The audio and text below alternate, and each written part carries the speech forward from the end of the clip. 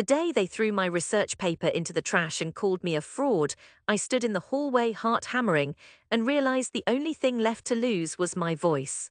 That was the moment my world cracked open. An ordinary Tuesday turned into a public humiliation that would shape every breath I took afterward. I was a hydrologist, a woman who believed rivers whispered their feelings to anyone willing to listen. My colleagues scoffed, my mentor sneered, and the university panel dismissed my theory of emotional flow as pseudoscience. In that instant, I felt the sting of rejection so sharp it left a scar on my soul, and I knew I could no longer hide behind charts and data. I had to leave, to prove that the water's pulse could heal not just the earth, but the humans who lived beside it. I left the campus with a battered suitcase, a notebook full of scribbled hypotheses, and a mind that refused to be silenced. My family, my mother, 3 sisters, and my younger brother watched me pack with a mixture of pity and amusement. "You're chasing ghosts," my mother said, her voice soft but final. "You'll never make a living pretending rivers have feelings." Their words cut deeper than any academic rebuke. They were the familiar chorus of doubt that had followed me since childhood. I walked away from the house on a dusty road, the sound of my own footsteps louder than the laughter that trailed behind me. The pain of departure was a quiet fire. I took a tiny grant to fund fieldwork in a forgotten valley where the river ran thin and the townsfolk stared at me as if I were a circus act. I set up a modest lab in an abandoned barn, stitching together solar panels, salvaged sensors, and a battered laptop. Each sunrise meant measuring not just pH or flow rate, but the subtle vibrations of water that seemed to echo the emotional states of the nearby community. When locals told me their grief, their hope, their joy, I recorded it, mapping those feelings onto river graphs. The ridicule turned into a relentless grind, funding ran dry, storms battered my equipment, and skeptics called my work New Age mumbo-jumbo. Still, I pressed forward, driven by a stubborn conviction that the river's heartbeat could be a blueprint for mental health.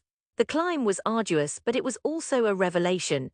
Years turned into a decade of obsessive dedication. I built prototypes that translated river frequency into soundscapes that could calm anxiety, and I partnered with a small town suffering from depression epidemics. We installed gentle water features in public squares, and the results were undeniable. People reported better sleep, lower stress scores, a renewed sense of belonging.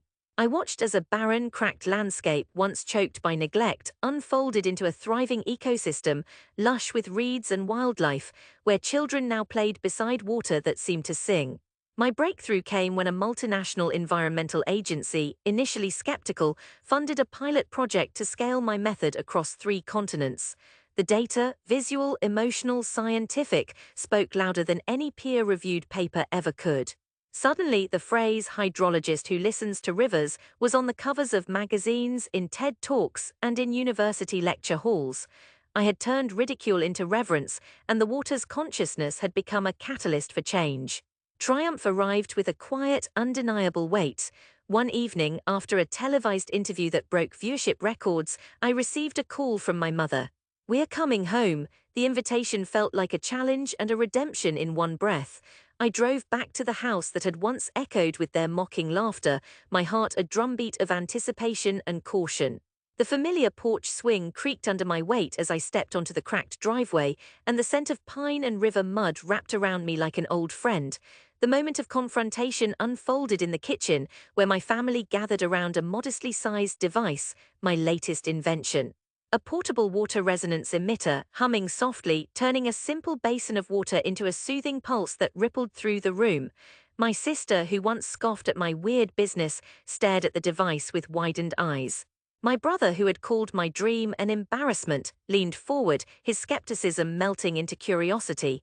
I turned the dial and the water began to glow faintly, its vibrations syncing with the soft, ambient tones that seemed to settle the room's tension.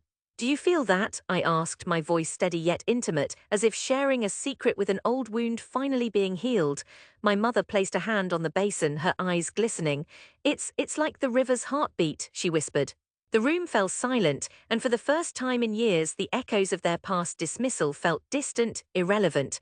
They had spent years building walls of doubt, and now those walls crumbled under the gentle, undeniable proof of my work.